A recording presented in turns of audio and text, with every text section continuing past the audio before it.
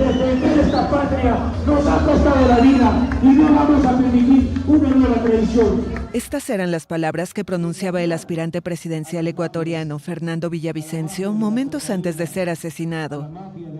El candidato del movimiento de Centro Construye fue baleado el miércoles al momento de abandonar el Coliseo en el norte de Quito, donde realizó un acto de campaña. Hace una semana, él y su equipo ya habían denunciado lo que consideraron una gravísima amenaza de alias Fito, líder de la organización narcotraficante Los Choneros, quien está detenido. La policía provocó una explosión controlada en el sitio del atentado, donde al parecer había una bomba. El 20 de agosto, compañeras y compañeros, se decide entre la mafia y la patria. O triunfan los mafiosos, o regresan los mafiosos, o la gente buena, los demócratas, la gente valiente, gana la batalla, gana la patria. Según el médico Carlos Figueroa, amigo de la víctima y que le acompañaba en el momento del ataque, hubo como 30 disparos. El diario El Universo, el principal del país, señaló que Villavicencio fue asesinado al estilo sicariato y con 3 tiros en la cabeza. El centrista era uno de los 8 candidatos presidenciales para las elecciones generales anticipadas que se realizarán el 20 de agosto.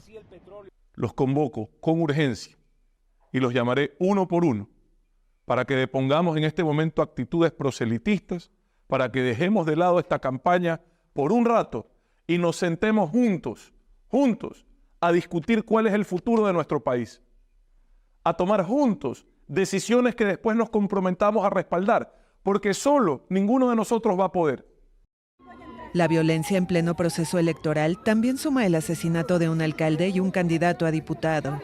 Ecuador sufre en los últimos años un embate del crimen vinculado al narcotráfico, lo que casi duplicó la tasa de homicidios entre 2021 y 2022. Según las últimas encuestas, Villavicencio ocupaba el segundo lugar en intención de voto con 13%, detrás del 26% que apunta la abogada Luisa González. Tras informar del deceso, el presidente Guillermo Lasso aseguró que el crimen organizado ha llegado muy lejos y que el asesinato no quedará impune. El mandatario convocó a la sede presidencial, al Gabinete de Seguridad y a los titulares de organismos estatales. Hola amigos, ¿cómo están? Bienvenidos a Perú 21 TV. Mi nombre es Mayra Calderón y vamos a analizar el reciente fallecimiento a raíz de un atentado criminal ayer en Ecuador de Fernando Villavicencio. Él estaba postulando a la presidencia y se posicionaba como el segundo favorito. Esta ha sido una lamentable noticia no solamente para su partido, sino también para todo Ecuador, porque ha revelado cómo mafias pueden interferir en una elección, en una campaña electoral.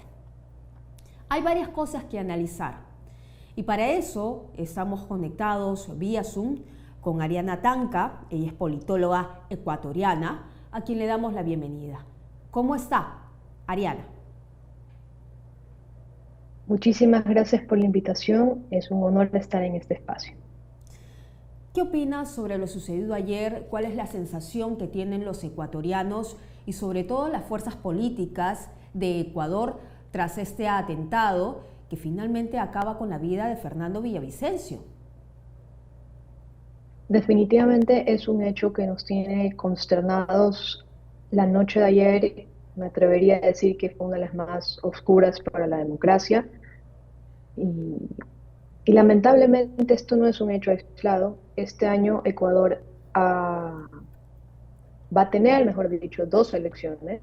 En febrero tuvimos las elecciones subnacionales y ahora en agosto las elecciones anticipadas tras el decreto de la muerte cruzada, que el presidente disolvió la asamblea y se llamaron a nuevas elecciones. Y por eso es que el candidato que era exasambleísta, o sea, sí, exasambleísta, estaba de candidato a la presidencia.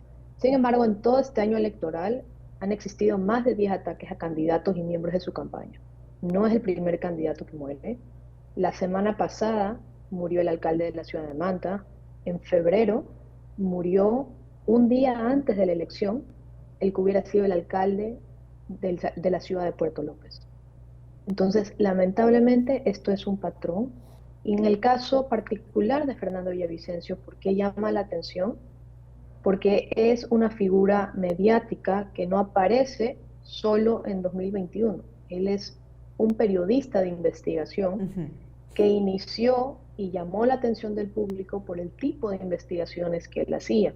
Él investigó mucho sobre la corrupción en varios gobiernos, la relación entre ciertos carteles y ciertas personas del gobierno, la relación de ciertas mafias con los partidos políticos y la procedencia de sus fondos. Entonces, definitivamente, sus palabras, sus escritos incomodaban a muchísimas personas. Y justamente ayer, en las entrevistas que él estaba teniendo, él fue muy enfático en cómo iba a desmantelar estas mafias que estaban incluso dentro del Estado ecuatoriano. Entonces, a mi criterio, ese fue la gota que derramó el vaso para aquellos que ya no lo querían ver.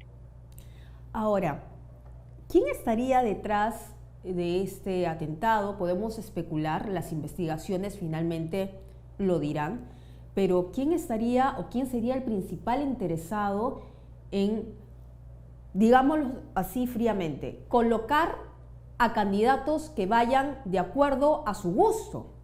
Porque si empiezan con la violencia y las mafias están teniendo preponderancia, hay un interés más allá de meramente electoral. De acuerdo, yo comparto esta visión. Yo no creo que la razón por la que Fernando Villavicencio fue asesinado realmente fue por la campaña, porque de hecho él no estaba dentro de los primeros, él no iba a ser el próximo presidente del Ecuador, él no se estaba disputando la presidencia. Entonces, realmente es la información que él tenía y lo que estaba dispuesto a hacer para difundirla. Entonces, definitivamente hay alguien que no quería que se sepa la verdad, que no quería que se sepan los vínculos de ciertas personas vinculadas a gobiernos anteriores con carteles de narcotráfico y la procedencia de los fondos. Entonces, justo ahora que salió la noticia en el caso de Perú, Fernando había estado investigando eso también, un posible vínculo en Ecuador. Entonces, creo que es muy temprano para señalar y para inferir quién puede estar de esto, pero sí podríamos especular que definitivamente alguien que está conectado a nivel político y con estas mafias, con el narcotráfico, que definitivamente le molestaba, más allá de la candidatura de Villavicencio, el trabajo periodístico que él hacía y que él lo iba a continuar haciendo, estando o no en el poder. Yo creo que Fernando se hizo más incómodo porque él antes era periodista de investigación y él estaba acostumbrado a recibir este tipo de amenazas, lamentablemente. Incluso en gobiernos anteriores, él se tuvo que ir a refugiar a la Amazonía ecuatoriana porque estas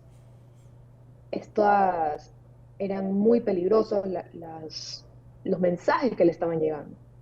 Entonces, una vez que él llega a la asamblea, él de cierta forma tuvo más poder porque tenía el poder investido en él de legislador, el hecho de poder pedir información, de poder fiscalizar, de poder intervenir en ciertos procesos. Entonces yo creo que es en este momento cuando él se vuelve mucho más incómodo a estas personas que pueden estar detrás de su muerte. Claro, hay dos líneas, ¿no?, que se trazan, pero ya las informaciones empiezan a salir como si fueran verídicas, incluso presidentes de otros países también empiezan a referirse al atentado, y ese es el caso de AMLO. AMLO ha dicho que el asesinato de Fernando Villavicencio, él no cree que haya sido de parte del cartel de Sinaloa, ¿no?, quienes el ex candidato presidencial había acusado de amenazarle. Dice, no hay elementos que sostengan la versión de que el cartel de Sinaloa estuvo detrás del asesinato. Pero, ¿qué tanto el narcotráfico ha calado en la ciudad de Quito y en Ecuador en general? ¿Qué tan presente está el narcotráfico? El narcotráfico está presente en cada una de la estructura del Estado ecuatoriano. Y creo que en estos dos últimos años se ha hecho mucho más visible. O sea, antes estábamos viendo la punta del iceberg y hoy estamos viendo el iceberg completo. Y recordemos que el narcotráfico no aparece de un día a otro. Las redes del narcotráfico no se tejen de un día al otro. Entonces, en este sentido, estamos quizás sintiendo, percibiendo las consecuencias de decisiones políticas tanto del gobierno actual como de gobiernos anteriores. El narcotráfico se ha edificado como un estado paralelo al ecuatoriano, con la diferencia que tiene mucho más poder, que tiene mucho más alcance y que tiene mucho más recursos. Tiene más dinero, más armas, más hombres y tienen el poder de la extorsión, en el sentido que cualquier funcionario, sobre todo aquellos de la función judicial, digamos que meten preso a alguien relacionado a estos crímenes, aparece alguien y le dice, ¿lo dejas libre o te mato a ti y a tu familia? ¿Qué vas a hacer? Lo vas a dejar libre porque no vas a poner en riesgo la vida de tu familia por temas que son ajenos a ti. Entonces, sí, lamentablemente el Estado y la sociedad ecuatoriana está enquistada por el narcotráfico, el crimen transnacional y las mafias. Es lamentable lo que estamos viendo, imagino que es mucho más doliente para ustedes, los ecuatorianos, esta situación, porque no saben qué es lo que puede pasar mañana más tarde, ¿no? Hoy día asesinan a un candidato que iba segundo, mañana puede ser otra persona y así poco a poco la gente va a dejar de querer involucrarse en la política y hacer frente a las grandes mafias. Entonces, la pregunta va por ese sentido. Ayer o esa mañana aparecieron dos videos. Uno que lo replicó la agencia AFP, donde supuestamente un grupo que se hace llamar Los Lobos decían tener la autoría inmediata del asesinato de Fernando Villavicencio. Pero también hay otro video donde hay otro grupo de personas que no están encapuchadas, con polos blancos, que dicen también ser Los Lobos, pero que ellos no están detrás del asesinato. ¿Este es un distractor? ¿Cómo lo analizas tú en medio del caos? Yo creo que el caos es un momento y es una tierra fértil para posicionar narrativas que están hechas para caotizar a la ciudadanía. Como en este momento solo sabemos cuántos sicarios fueron y que algunos están detenidos y que uno murió en la unidad de flagrancia, eso es todo lo que sabemos que se puede comprobar. El resto de cosas aún son especulaciones, aún son teorías y creo que hoy más que nunca hay que mantener la calma, esperar el resultado de las investigaciones oficiales, no intervenir, no hacer presión pública para una narrativa o la otra, porque eso solo va a entorpecer el proceso. Y precisamente esto es lo que está pasando con este video. Ese video que salen unas personas encapuchadas diciendo que son los lobos, realmente ni siquiera es un video de Ecuador, es un video viejo de algún grupo de México en el que se les sobrepone un audio que fuera de Ecuador. Y ante eso, los lobos, que no sé si serán los originales, salen a decir, epa, no somos nosotros, porque luego ustedes saben que estas bandas se pelean entre sí. Entonces, no vaya a ser que en retaliación a lo de Fernando Villavicencio, otros les caen encima a ellos. Y esto también en el contexto que hace un par de días hubo una masacre en la penitenciaría del Litoral, justamente por este confrontamiento de bandas. Entonces creo que hay que, y sobre todo los medios de comunicación y quienes hacen opinión pública, hay que ser muy cautelosos con las noticias que se difunden porque pueden desencadenar actos muy violentos, sobre todo cuando se trata de estos temas que son extremadamente delicados, donde aún no tenemos certezas de nada, salvo que el candidato está muerto y los 3 sicarios que lo mataron, y que uno de ellos murió. Eso es todo lo que sabemos con firmeza hasta ahora. Muy bien, muchísimas gracias, Ariana, por estar con nosotros en este espacio en Perú 21 TV, explicándonos tu punto de vista, lo que se vive en Ecuador, y ojalá digo, las cosas se esclarezcan pronto, porque los ecuatorianos merecen una respuesta y tampoco no puede generarse impunidad tras la muerte de un candidato. Muchísimas gracias. Muchísimas gracias por la invitación y los buenos deseos para mi país. Bien.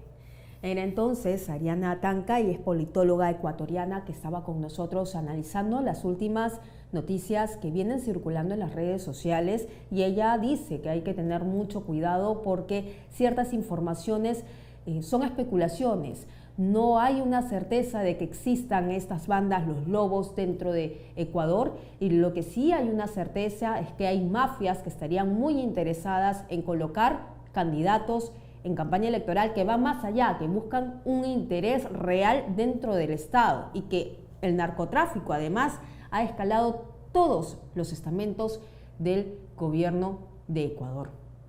Entonces nosotros vamos a regresar más adelante con más información.